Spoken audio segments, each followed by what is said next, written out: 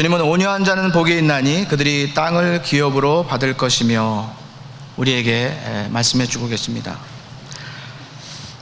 아마도 어렸을 때 여러분들이 자주 아마 읽으시고 또 들으셨을 텐데, 이솝 우화 중에서 바람과 햇님이라는 이야기가 있습니다. 물론 동물과 또 자연을 의인화해서 이솝이라고 하는 사람이 어린이뿐만 아니라 사람들에게 교훈을 주기 위해서 만든 그러한 이야기들이 많이 있는데, 그 중에 이 바람과 햇님이라는 그 이야기는요,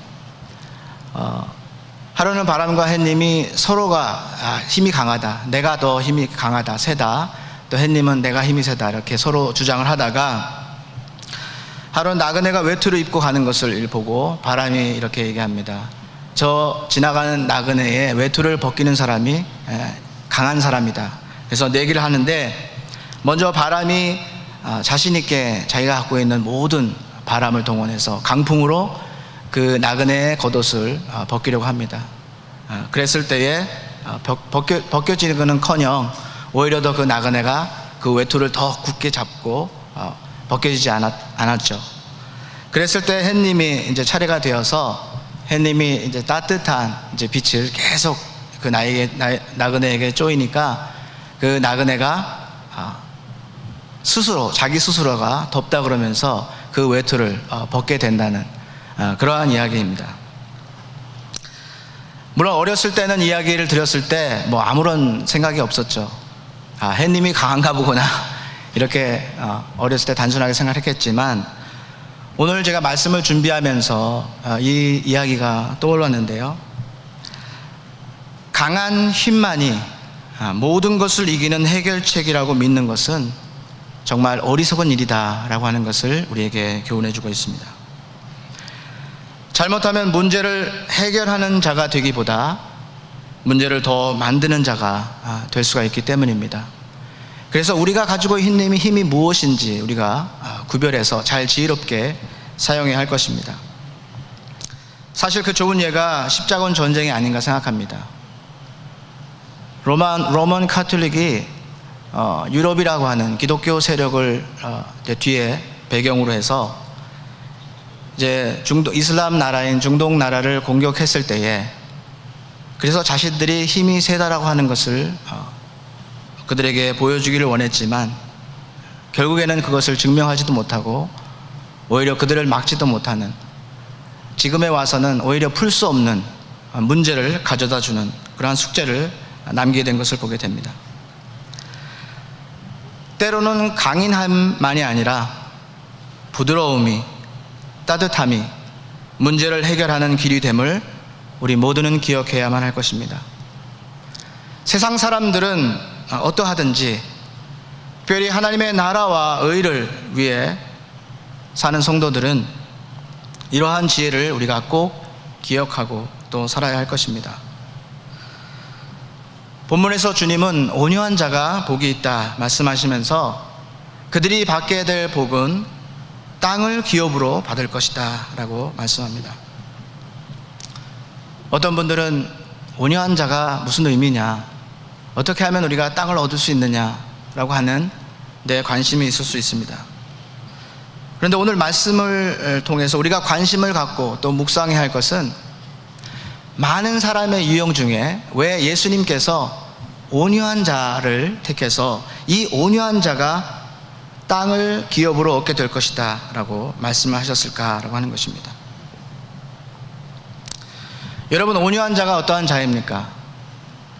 사전적으로 보면 성격이 온유하고 부드러우며 또 인정이 두터운 사람을 온유한 사람으로 정의하고 있습니다. 물론 우리가 설교를 많이 들어서 목사님들이 이야기하기를, 혹자는 본문에 나오는 그 헬라어는, 온유라고 하는 그 헬라어의 뜻은 잘 기들여진 야생마에 쓰인 단어라고 해서 겉은 부드럽지만 내면은 절제되고 강한 자를 표현한다, 그렇게 우리가 때론 듣기도 합니다. 그런데 사실 우리가 때로는 성경을 이해할 때 알레고리로 또 영적인 것으로만 우리가 해석할 것이 아니라, 당시 예수님께서 이 말씀을 주셨을 때에 표면적으로 그들에게 전하고자 하는 것이 무엇인가 우리가 이해하는 것이 중요합니다. 자, 그러면 예수님의 말씀하신 땅은 무엇을 의미합니까? 1차적으로 주님이 말씀하신 그 땅은 바로 우리가 살고 있는 터전을 말합니다. 우리의 지역사회, 또 우리의 나라를 이야기합니다. 물론 영적인 의미에서 이것은 곧 하나님의 나라를 의미하지만 당시 유대인들이 이 말씀을, 예수님의 말씀을 들었을 때에는 그저 인간이 살아가는 땅으로 이해했을 것이 분명합니다. 그럼 우리가 다시 생각해 보기를 원합니다. 온유한 자가 땅을 기업으로 얻을 것이다. 우리가 표면적으로 생각했을 때는 이러한 반응이 나와야 정상입니다. 어떻게 온유한 사람이 땅을 차지할 수가 있는가? 현실을 생각해 보라. 적어도 땅을 차지하려면 힘이 있고 강해야 하지 않은가? 세계를 돌아보라. 부드럽고 자상해 봐야 오히려 땅을 뺏기고 있지 않은가?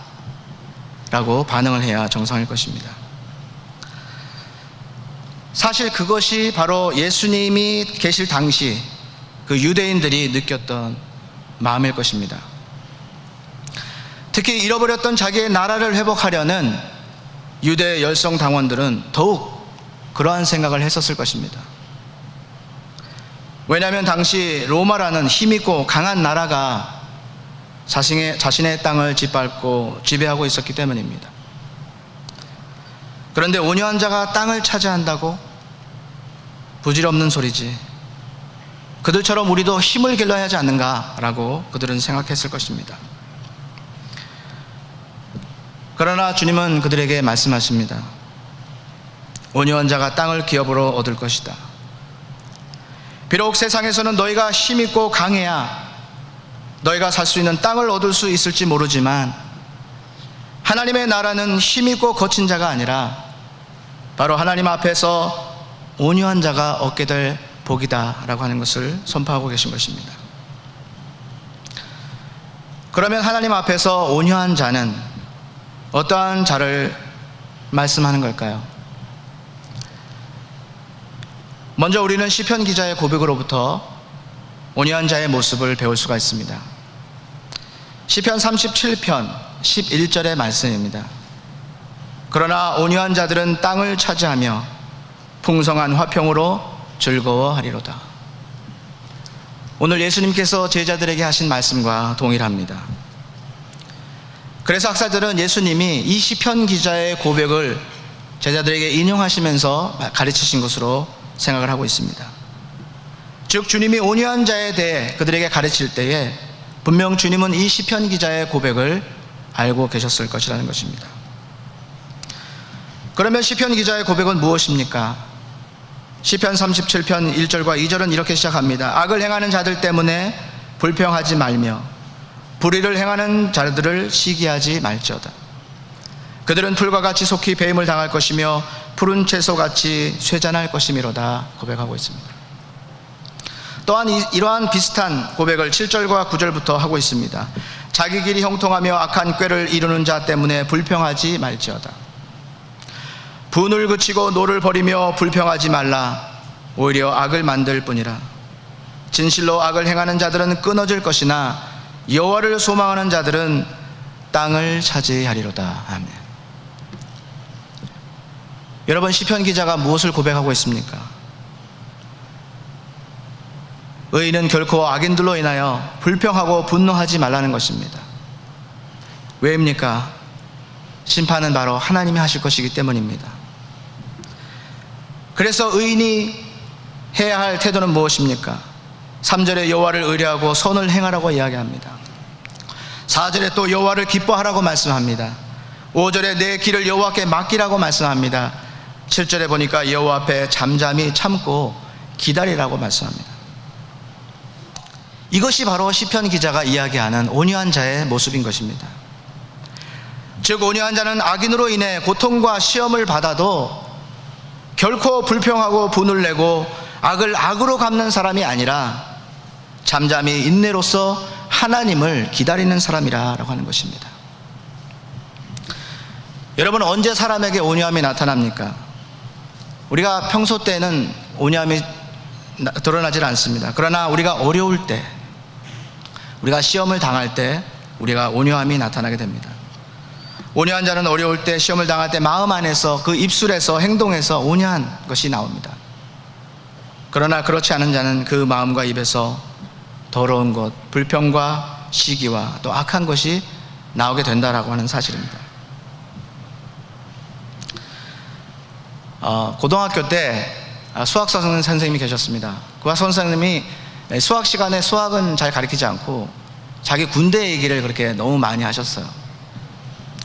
근데 한 번은 자기가 군에 복역 중일 때 자기 상사가 밤만 되면 자꾸 라면을 끓여오라고 자기를 괴롭혀서 하루는 너무 피곤한데 자는 자기를 깨워서 맨날 라면 끓이라고 하니까 너무 이제 화가 난 거죠. 이제 악이 받쳐서 하루는 군대 근처에 있는 시내 하류로 내려갔다고 합니다. 보통 군인들은 그 시내가 있으면 맨 위에서는 이제 먹을 걸로 사용하고 그 밑에서는 이제 세수를 하고 그다음에 식기를 닦는데, 이제 하루에는 사람들이 이제 씻고 또 음식을 씻는 그 이제 찌꺼기들이 내려가게 돼 있어요. 이제 가면은 이제 강처럼 이렇게 호수가 이렇게 있는데 뭐 그냥 겉으로 보기에는 깨끗하죠. 근데 이렇게 뒤집으면, 안에서부터 뒤집으면 오물이 이제 나오게 되죠. 그래서 이 선생님이 그 라면 끓이는 그릇을 가지고 그 강가에 가가지고 한번 이렇게 막 휘저은 다음에 그 물을 가지고 라면을 끓여줬대요. 그때 상사가 하는 말이 여태까지 끓여준 것 중에서 제일 맛있었다. 그렇게 얘기하더랍니다. 여러분, 남이 나를 괴롭히고 시험할 때 여러분들은 어떻게 행동을 하십니까? 불평하고 분을 내며 악으로 악을 갚으려 하지 않습니까? 그러나 시편 기자의 말씀을 보면 결코 그러한 모습은 주님이 원하시는 온유한 자의 모습이 아니라는 것을 우리에게 깨닫게 해줍니다. 온유한 자는 어떠한 자입니까? 오히려 나에게 어려움을 주고 고통을 준다 할지라도 그들에게 선을 행하고 심판은 하나님 앞에 맡기며 인내로서 기다려야 하는 것이 바로 온유한 자의 모습이라 말씀합니다. 이러한 진리를 깨달은 사도 바울은 그의 영적 아들 디모데에게 이렇게 권면해주고 있습니다. 디모데 후서 3장 2절 말씀입니다. 아무도 비방하지 말며 다투지 말며 관용하며 범사의 온유함을 모든 사람에게 나타낼 것을 기억하게 하라 이야기합니다. 여러분, 왜 우리가 온유해야 합니까? 그럴 때 우리는 우리의 삶의 현장에서 하나님의 뜻과 의를 이루게 되며 주님이 주시는 풍성한 화평을 누리게 되기 때문인 줄 믿습니다. 여러분, 성경을 보면 이제 이러한 온유한 자의 모습으로 산 대표적인 인물들이 있습니다. 구약에서는 당연히 모세입니다. 성경은 모세를 이렇게 소개하고 있습니다. 민수기 12장 3절 말씀입니다. 이 사람 모세는 온유함이 지면의 모든 사람보다 더하더라 말씀합니다. 이 말씀에서 쓴 온유라고 하는 이 단어의 뜻은 겸손이라고 하는 뜻도 포함되어 있습니다. 그래서 영어 성경에 보면 모세를 겸손한 사람이다 이야기합니다. 모세 was a very humble man, more humble than anyone else on the face of the earth. 지상에 사는 모든 사람보다 겸손한 사람이다 이렇게 표현합니다. 그런데 성경은 모세를 이렇게 소개하기 이전에 중요한 사건 하나를 소개하고 있습니다. 그것은 바로 모세의 누이 미리암과 형 아론이 모세를 비방한 사건입니다. 표면적인 이유로는 모세가 구수 여인, 즉 이방 여인과 결혼했다라고 하는 것을 이제 비판했습니다. 당시 충분히 유대 사회에서 꼬리가 잡힐 만한 그러한 일이기도 합니다. 그러나 정작 그들의 불만은 모세가 이방 여인과 결혼했다는 것에 있지 않고 왜 모세만 하나님의 음성을 듣는 지도자가 되어야 하는가 라고 하는 돼 있었습니다. 다 같은 형제인데 누구는 하나님의 음성을 직접 듣는 지도자가 되고 누구는 왜 그를 섬기는 자가 되어야 하는가라고 하는데 불만을 가졌기 때문입니다. 모세는 당시 그들에게 얼마든지 화를 낼 수 있는 위치에 있었습니다. 그만한 능력도 있었습니다. 그러나 어쩐지 모세는 이 미리암과 아론에게 대하여 아무런 행동을 취하지 않습니다. 변명도 하지 않습니다. 야단을 치지도 않습니다. 그저 침묵으로 대응하고 있는 것 같습니다. 그런데 성경에 보니까 그 모든 것을 하나님께서 듣고 계셨다라고 기록을 하고 있습니다. 그리고 결국 하나님께서 미리암과 아론을 책망하시고 우리가 잘 알듯이 이제 미리암이 나병에 걸리게 됩니다. 그때 모세는 온유한 마음으로 그 미리암을 위하여 그의 병을 고쳐줄 것을 하나님 앞에 오히려 간청하는 모습을 보게 됩니다. 자기가 잘못하고도 온유한 척을 하는 사람을 말하는 것이 아닙니다. 그러한 사람은 온유한 게 아니고 속 터지는 사람입니다. 이러한 사람은 누가 이야기를 해도 하나님의 이야기를 해도 듣지를 않습니다. 그러나 모세는 겸손한 사람이었습니다. 자신의 실수를 인정했고 조용히 주님의 응답을 기다리는 그러한 사람이었습니다. 중요한 것은 처음부터 그가 그렇게 온유하지 않았다고 하는 사실에 우리는 집중해야 합니다. 그는 젊었을 때 자신의 분에 못 이겨 사람을 죽인 거친 자였기 때문입니다. 그러나 그는 고통 가운데서, 고독 가운데서 하나님을 만나게 됩니다. 그리고 자신의 거친 모습을 보게 됩니다. 그리고 하나님께서 그의 거친 모습을 온유한 모습으로 천천히 바뀌어주심을 우리는 보게 됩니다. 하나님은 거칠었던 모세를 사용할 수가 없었습니다. 그러나 그가 온유하게 되었을 때에 하나님은 당신의 나라를 위하여 그를 크게 사용해 주셨던 것입니다. 여러분, 우리가 잘 아는 그 김우현 감독이 있습니다. 방송에 이제 PD로 있었던 분인데 이제 후에 이제 기독교 관련된 다큐멘터리를 만드는 그런 영화 감독입니다. 그분이 몇 편의 그 팔복에 대해서 몇 편의 다큐를 만들었는데요. 얼마 전에 그가 만든 온유한 자에 대한 다큐를 보았습니다. 다큐는 그가 오래전 인생을 비관하던 한 장애인을 만나는 것으로부터 이야기가 시작됩니다. 그 장애인은 자신과 삶을 비관하며 온종일 담배와 또 욕으로 살던 사람이었습니다. 그가 다니던 교회 앞에서 담배를 피우는 그러한 사람이었습니다. 그는 누가 보아도 거친 사람이었습니다. 그가 그의 삶을 통해서 할 수 있는 것은 아무것도 없었습니다. 그런데 그가 성령을 받게 됩니다. 성령을 받고 그의 삶이 점점 변화됩니다. 그가 즐기던 담배를 끊고 늘상 하던 욕이 그의 입에서 없어집니다. 대신 길거리에서 전도를 하기 시작하고 또 찬송시를 쓰기 시작합니다. 나중에는 그가 바라던 이스라엘로 선교 여행을 가서 유대인들에게 복음을 전하는 그러한 모습을 이제 감독이 이야기하면서 하나님은 온유한 자를 사용하신다라는 것을 그 영상을 통해서 우리에게 보여주고 있습니다. 어떻게 온유한 자가 될 수 있습니까? 그것은 바로 주님을 만난 사람이 온유하게 되는 줄로 믿습니다. 성령님과 동행하는 사람이 온유하게 되는 줄로 믿습니다. 그래서 성경은 온유가 바로 성령의 열매라고 우리에게 가르쳐주고 있는 것입니다. 그때 주님은 주님의 뜻을 위해 우리를 아름답게 사용해 주실 줄로 믿습니다. 또한 신약에서는 당연히 예수님이 바로 온유한 자의 모범이 되십니다. 마태복음 11장 29절에 주님은 자신을 이렇게 소개합니다. 나는 마음이 온유하고 겸손하니 나의 멍에를 메고 내게 배우라. 주님은 말씀합니다. 우리는 이 사복음서를 통해서 예수님의 행하신 일, 또 예수님께서 하신 말씀을 통해서 그가 얼마나 온유한 분이신지 우리가 깨닫게 됩니다. 먼저 주님은 죄인과 연약한 자들을 온유함으로 대하셨습니다.